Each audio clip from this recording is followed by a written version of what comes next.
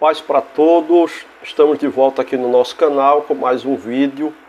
Hoje nós vamos voltar a falar sobre um assunto polêmico, que é a questão do divórcio. Mas o tema específico hoje é o seguinte: posso me divorciar e casar de novo? Há possibilidade, à luz da Bíblia, para que isso aconteça, divórcio e novo casamento? Por que eu estou fazendo esse vídeo? Recentemente eu postei um vídeo aqui no meu canal PR Ronald de Janilson e também no canal do Instituto Chama Viva. E principalmente no canal do Instituto Chama Viva deu muita polêmica, muitos comentários.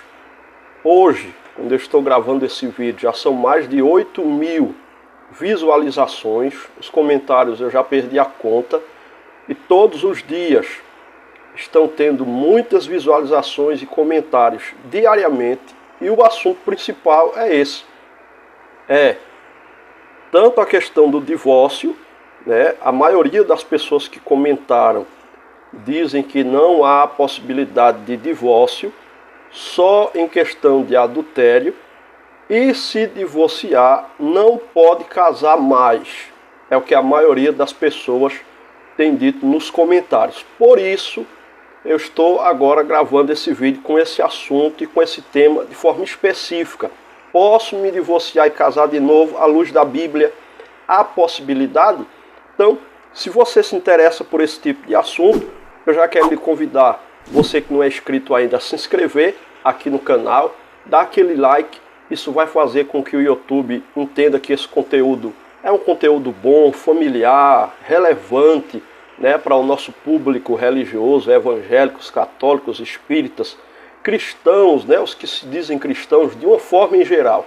Então dá um like, clica no sininho também para receber as notificações. É muito importante que você clique no sininho e comenta aqui embaixo o que você acha desse assunto. Pode dar a sua opinião de forma respeitosa, livremente. Você é livre, nós estamos em uma democracia, para dizer se você concorda ou discorda de tudo que será falado aqui nesse vídeo. Então vamos lá. Em primeiro lugar, eu quero ler Malaquias capítulo 2, versículo 16, para nós adentrarmos no assunto, que diz assim: porque o Senhor, o Deus de Israel, diz que odeia o repúdio e aquele que encobre a violência com a sua roupa.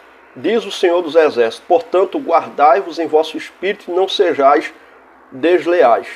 Pronto, então, em primeiro lugar, a primeira coisa que aqui em Malaquias 2,16 a Bíblia deixa claro é que Deus odeia o repúdio ou o divórcio. Até essa expressão que eu usei num vídeo anterior, que foi o que deu a maior polêmica, porque são 2 vídeos mais recentes sobre divórcio, eu tenho mais vídeos aqui no canal, mas até essa expressão Deus odeia o divórcio, que é muito usado, teve alguém que comentou lá que não é o divórcio que Deus odeia, mas é o repúdio. Então veja como as pessoas são, elas pegam uma palavra ao pé da letra, fazem uma confusão, porque quando essa tradução bíblica diz, o Deus de Israel diz que odeia o repúdio, é claro que é a mesma coisa, é porque na lei era permitido ao homem fazer uma carta de repúdio para a mulher. Então era o divórcio, ele estava liberando a mulher para o divórcio. A mulher o traía e Moisés mandou pela lei mosaica que ele fizesse uma carta de repúdio ou de divórcio, dá no mesmo. A gente tem que entender que no Antigo Testamento era uma cultura, o machismo imperava.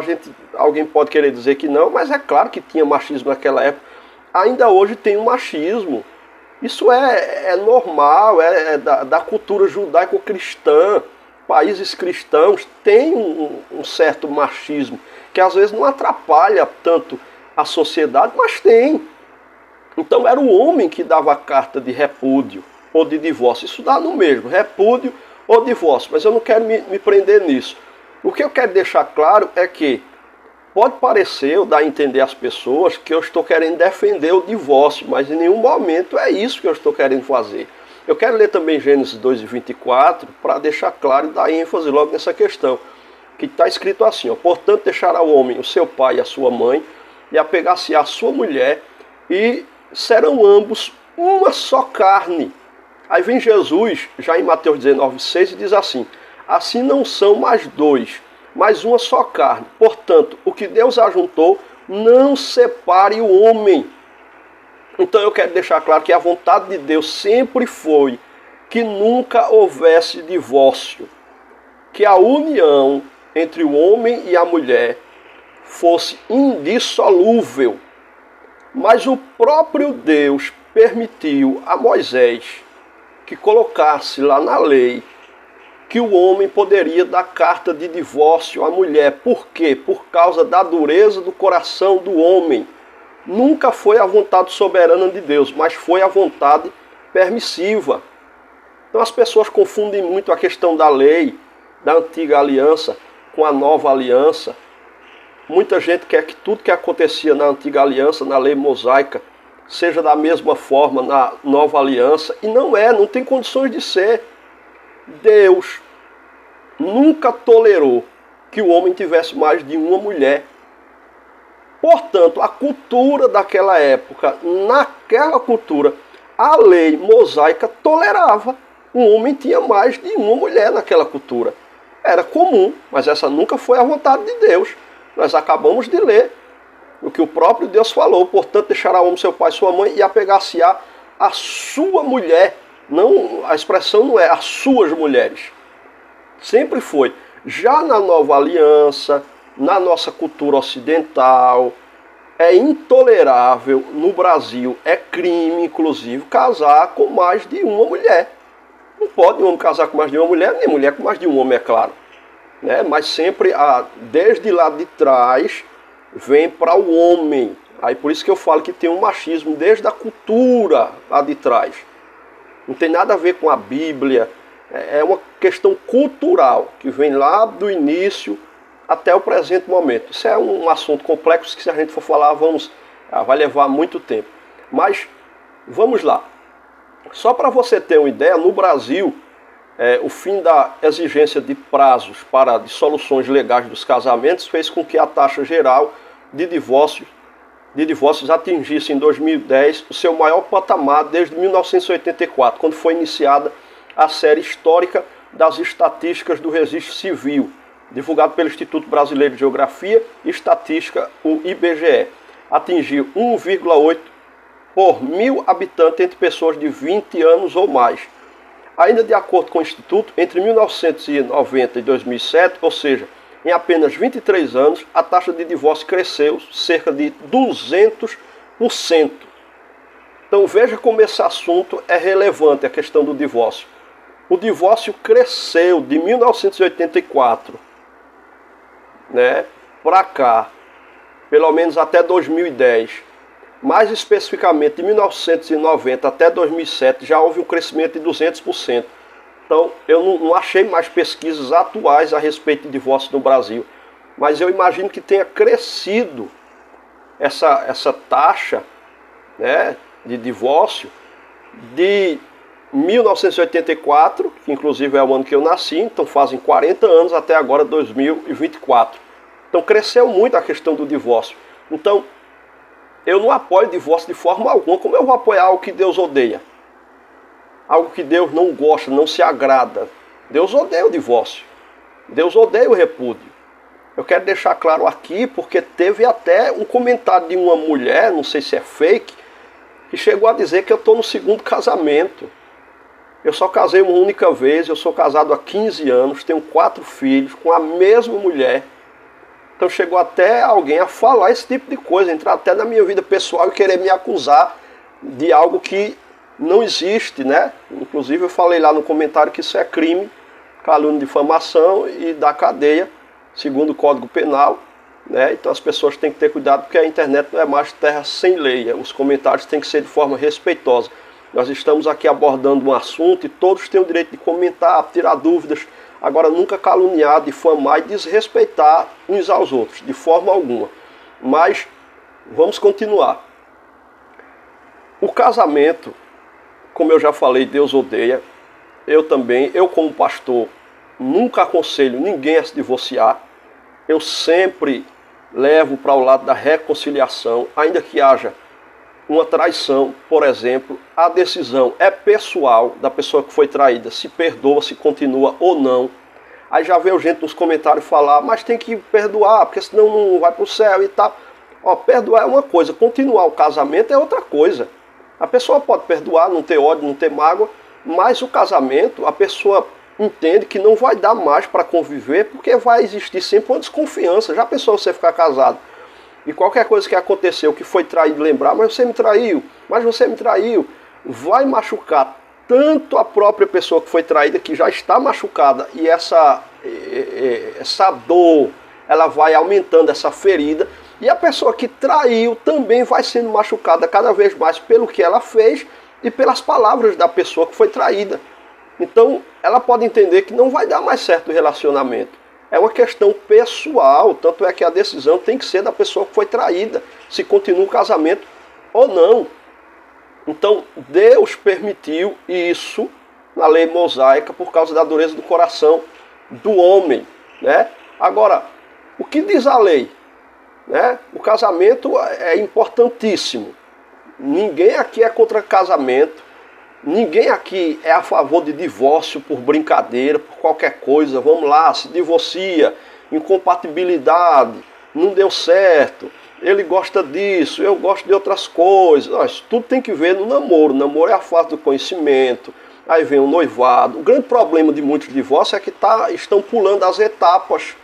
A pessoa mal namora, já casa logo, às vezes por causa de idade, ou porque já veio do mundo, já teve relações, né, íntimas com outros homens ou com outras mulheres, pula as etapas, aí casam sem se conhecerem, vão se conhecer melhor depois de casados, aí há aquela incompatibilidade, um gosta de uma coisa, outro gosta de outra, a mulher quer ser a cabeça dentro da casa, quer mandar no marido, então cria-se uma confusão e a casa vira um inferno. Em vez de ser um ambiente de paz, de sossego e tranquilidade, passa a ser um inferno. Então tem que ter muito cuidado com isso. Então as pessoas querem divorciar por qualquer coisa, e isso a Bíblia não dá ênfase em lugar nenhum. Agora, o que diz a lei, por exemplo, né, a respeito do divórcio? Os princípios da lei mosaica são diferentes da nova aliança, né? E eu até já falei sobre isso. A poligamia, por exemplo, não é mais tolerada. A monogamia é o padrão, que é o que eu falei. Hoje não é mais tolerada a poligamia. Um homem tem mais de uma esposa. A monogamia é o padrão, 1 Timóteo 3:2. Isso acontece porque o sacerdócio foi mudado. Pois quando se muda o sacerdócio, necessariamente muda também a lei, conforme Hebreus capítulo 7, versículo 12. Agora, em Deuteronômio 24:1, a lei vai dizer o seguinte, ó. Quando o homem tomar uma mulher e se casar com ela, então será que, se não achar graça em seus olhos, por nela encontrar coisa indecente, far-lhe-á uma carta de repúdio e lhe dará na sua mão e a despedirá da sua casa. Que é o que eu falei. Encontrar alguma coisa indecente aqui, isso aqui é uma traição, né? É um adultério. Então é o homem que vai fazer a carta de repúdio na lei mosaica. Então a lei funcionava assim. Se você ler os versículos posteriores de Deuteronômio capítulo 24, você vai ver que a lei mosaica deixa claro que o homem que foi traído, a lei já tolerava, né, a questão do casamento do homem com outras mulheres. Então, na maioria das vezes, esse homem não tinha só uma mulher. Então, a lei já tolerava a poligamia. Hoje não, hoje é só monogamia. Então, o camarada já tinha mais de uma mulher na lei. A maioria dos homens, se não todos. E ele poderia casar de novo, sim. A lei não proibia, não. A lei mosaica não proibia um novo casamento. A coisa é tão séria que, se você ler os versículos posteriores, você vai ler que a própria mulher que traiu, quando o homem lhe dava a carta de repúdio, ela podia casar com outro. A lei liberava a mulher que traiu casar com outra pessoa. Então nem ela que traiu era condenada a viver só para o resto da vida, porque Moisés, a lei mosaica, entendia que a mulher traiu, errou, mas ela tem necessidades, tanto sexuais, como de ter um homem, um companheiro para cuidar dela. Isso era uma questão muito cultural da época. Hoje a gente vive numa sociedade diferente, Existem muitas mulheres independentes que dizem não precisar de homem para nada, que trabalham, que se sustentam. Agora volta para aquela cultura, para aquela época que não existia isso. Uma mulher não vivia sem um homem, sem um esposo. Era o homem que fazia praticamente tudo, que trazia o sustento da casa. Não tinha isso de mulher sustentar a casa, não tinha isso. A cultura era diferente, é isso que as pessoas têm que entender. Então, nós estamos em outra época. Então, o que foi que disse Jesus a respeito do divórcio e novo casamento? A gente pode ler um texto extenso aqui, mas vamos tomar muito tempo. Mateus capítulo 19, versículos do 3 ao 12, é quando os fariseus, tentando Jesus, perguntam para ele: é lícito ao homem repudiar sua mulher por qualquer motivo? Eles estavam tentando Jesus. Quer dizer, qualquer coisa o homem pode repudiar a mulher? Ele pode dar aquela carta lá que Moisés liberou. Não estou gostando mais dela, ela está gorda, ela ficou feia depois que a gente casou, passou um tempo, ela não se cuida mais e tal, uma incompatibilidade, casada há 10 anos, agora apareceu incompatibilidade, que virou moda esse negócio, qualquer coisa foi incompatibilidade. Então é o primeiro erro das pessoas que já casam pensando, se der errado a gente separa. E esse mal que tem estado na nossa sociedade tem causado muitos divórcios no mundo, mas infelizmente isso tem afetado a igreja. Os divórcios têm adentrado na igreja. A gente vê, né, aí até em meio aos pastores renomados, pastores que já estão no terceiro casamento. E quando vai se ver, não houve traição, não houve adultério, não houve nada tão grave. Em alguns casos houveram assim, coisas sérias, mas em outros não. Em outros não. Então está sendo banalizada a questão do divórcio no meio secular, mas também, infelizmente, dentro das igrejas evangélicas. Mas vamos continuar o que disse Jesus. O versículo 5 de Mateus 19, ou 4. Ele, porém, respondendo, disse: não tendes lido que aquele que os fez no princípio, macho e fêmea, os fez? 5. E disse: portanto, deixará o homem pai e mãe, se unirá a sua mulher, e serão dois, uma só carne. 6. Assim não são mais dois, mas uma só carne. Portanto, que Deus ajuntou, não separe o homem. Essa é a vontade de Deus. O que Deus ajuntou, o homem não separe. Aí tem gente que já pega esse texto também ao pé da letra, aí não pode divorciar, não pode casar de novo. Tem que ter contexto. Isso é um princípio da hermenêutica. Hermenêutica é a doutrina da interpretação bíblica. Inclusive, eu vou deixar aqui embaixo o link do curso Qualidade Bíblica, onde você vai aprender a interpretar a Bíblia de Gênesis e Apocalipse, usando a exegese. O que é exegese? É extrair do texto, estudando a cultura da época, o que realmente Jesus quis falar, para a sua cabeça, para os nossos dias, o que Jesus falou naquela época, para aquela cultura que serve para nós agora. Agora, exegese é eu tirar algo da minha cabeça e forçar o texto. Eu não estou fazendo isso aqui, eu estou pegando e usando uma exegese, pegando o que Jesus falou e trazendo para os nossos dias, analisando a cultura da época. Então veja que Jesus ele falou isso, mas logo em seguida ele vai para o versículo 7 e diz assim: disseram-lhe eles, então por que mandou Moisés dar-lhe carta de divórcio e repudiá-la? Porque Jesus estava falando contra o divórcio. Aí eles vêm com essa. Aí Jesus responde, versículo 8. Moisés, por causa da dureza dos vossos corações, vos permitiu repudiar vossas mulheres, mas ao princípio não foi assim. Que princípio? Lá do início, Adão e Eva. Mas depois chegou em Moisés, teve que ser permitido por causa da dureza do coração dos homens, que eu falei anteriormente. Eu vos digo, porém, que qualquer que repudiar sua mulher, não sendo por causa de fornicação, e casar com outra, comete adultério. E o que casar com a repudiada também comete adultério.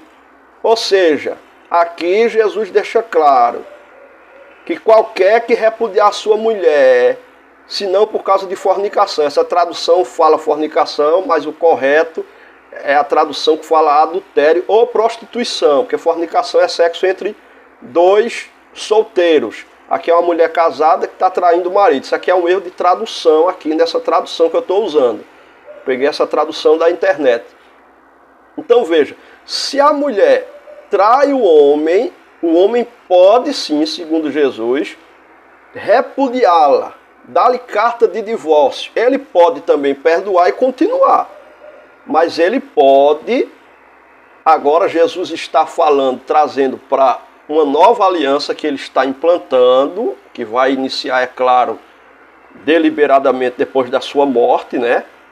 Que é onde o seu sangue é derramado, mas ele já começa a instruir, trazer essa mudança, como novo sacerdote que ele é, como já citamos, que está lá em Hebreus, mudou o sacerdote, mudou a lei.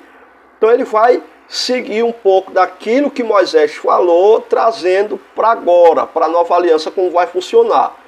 Então, se houver adultério, ele pode repudiar, né? Sendo por causa de adultério. Eu vos digo, porém, que qualquer que repudiar sua mulher, agora não sendo por causa de adultério, ele repudiar e casar com outra, ele comete adultério. E o que casar com a repudiada também comete adultério. Então, se o homem repudiar a mulher sem ter sido traído, Jesus disse que ele está cometendo adultério. E o outro homem que casar com essa mulher também comete adultério. Foi isso que Jesus falou aqui. Isso aqui está claro.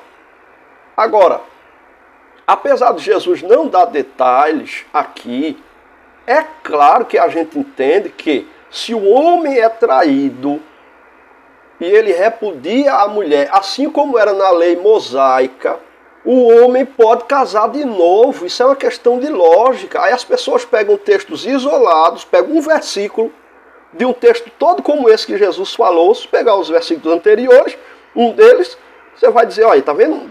Não pode separar, nem pode casar. Tem outros versículos que vai dar a entender que não pode nem separar, nem casar de novo. Mas esse já deixa claro que pode sim separar em caso de adultério. E mesmo Jesus não deixando claro, a gente entende que assim como na lei mosaica, Jesus está deixando claro que além de repudiar a mulher, ele pode sim casar novamente. Não mais dentro do sistema que era permitido na lei da poligamia, mas agora a monogamia. Agora não pode ter mais de uma mulher, só uma. Então está casado com uma, foi traído, pode dar carta de divórcio, pode divorciar e casar com outra, sim. Não tem lógica isso que as pessoas estão comentando no vídeo anterior, em um dos vídeos anteriores, né, sobre divórcio. A pessoa ser traída e ter que ficar solteira pro resto da vida porque divorciou daquela mulher que o traiu, ou vice-versa. A mulher que foi traída separou do marido e ela tem que ficar o resto da vida sozinha, mas não foi ela que adulterou, foi o marido que errou, foi ele que a traiu. Então não dá para entender o que se passa na cabeça de algumas pessoas quando interpretam desse jeito, com essa rigidez toda, com esse farisaísmo todo. Eu falei em um dos comentários que hoje tem mais fariseus no meio evangélico do que no tempo de Jesus. As pessoas são tão farisaicas que elas condenam as outras ao inferno, que foram traídas, se divorciaram e casaram de novo. Eles dizem que essas pessoas vão para o inferno, mas é a pessoa que foi traída. E por ela se divorciar e casar de novo, ela ainda vai para o inferno. Na cabeça desses fariseus, porque de acordo com a Bíblia, não. E eu não creio num Deus injusto desse. Que você seja traído e seja obrigado a viver com aquela pessoa por uma questão ou imposição religiosa, ou se divorciar, você não pode casar mais nunca na sua vida. Ou a não ser quando a pessoa morra. Então tem que esperar ela morrer ou até orar, né? Para outra morrer, já que tem tanto crente que faz oração de feiticeiro. É aqueles que oram pela morte dos outros. Está cheio dentro das igrejas. Então, Jesus deixa claro aqui que pode sim, caso de adultério, pode haver divórcio. Eu vou pular, eu não vou ler mais os outros textos aqui, para até ganharmos tempo. Aí, olha só o que é que as pessoas fazem. Elas pegam um texto isolado, como que foi comentado num vídeo meu há pouco, né, que está em Romanos, capítulo 7, versículos 2 e 3, onde Paulo diz assim, ó: porque a mulher que está sujeita ao marido, enquanto ele viver, está ligada pela lei, mas morto o marido está livre da lei do marido. De sorte que, vivendo o marido, será chamada adúltera. E se for de outro marido, mas morto o marido, livre está da lei, assim não será adúltera. Então, veja só, Se você ler esses 2 versículos aqui de Romanos, né, capítulo 7, versículos 2 e 3, se você ler e pegar o pé da letra, você vai entender o quê? Ó, a mulher está sujeita ao marido enquanto ele estiver vivo. Ela está ligada a ele pela lei. Quando ele morrer, tudo bem, ela está livre. Mas enquanto ele estiver vivo, não. Então ela não pode casar com outra pessoa caso ela divorcie. Enquanto o marido estiver vivo, se ela divorciar, casar com outra, ela será chamada de adúltera. Mas a questão é que as pessoas não analisam que esse texto em si, ele não está trazendo uma explanação abrangente. Em que caso aqui a mulher é considerada adúltera? É a mulher que foi traída? Não. Paulo não está falando sobre isso. Paulo está falando aqui de divórcio por casos banais. Por casos banais, qualquer coisa se divorciou. Deixou o marido.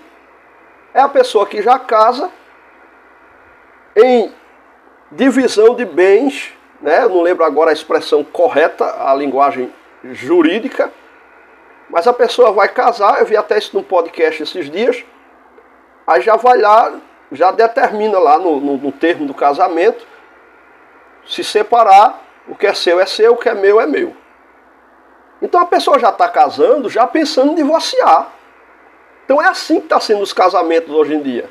Então aí a pessoa se divorcia por coisas banais. É claro que essa pessoa está em pecado. Porque casamento é coisa séria. A pessoa tem que casar para viver até o fim da vida de um dos dois ou de ambos. Casamento não é para por qualquer coisa se divorciar. Agora em nenhum momento Paulo fala aqui, ele abrange questão de adultério, de abandono, questão de agressão física, que talvez não fosse um problema muito recorrente na época, mas hoje é. Se Paulo estivesse vivo hoje, eu tenho certeza que ele ia tratar desse assunto que hoje invade a sociedade, a questão da agressão física dos homens para com as mulheres, dos feminicídios. Ou você acha que é correto uma mulher ficar apanhando do marido, o marido ameaçá-la, bater, agredir? Casos que o marido bate com cabo de revólver no rosto da mulher, né? E evangélicos, entre aspas, viu? Dentro de igrejas, às vezes até obreiros. E aí os irmãozinhos santos, fariseus, acham que essa mulher tem que ficar orando por esse marido e não pode divorciar, senão ela vai para o inferno. Para o inferno vai vocês, que tem a língua grande e que vive falando da vida dos outros, interpretando a Bíblia errado. O que é que essa mulher tem que esperar? O feminicídio é? Que o marido agressor a mate? Não, essa mulher tem que procurar a delegacia, fazer um BO, pedir uma medida protetiva, entrar com o divórcio sim, porque apesar da Bíblia não deixar claro que isso pode acontecer, é uma questão de lógica. Os líderes religiosos têm que abrir a mente. Mulher não pode ficar casada com um homem agressivo e viver apanhando. Tem que abrir a mente, o entendimento. E esses crentes fariseus dentro das igrejas também tem que abrir a mente para isso.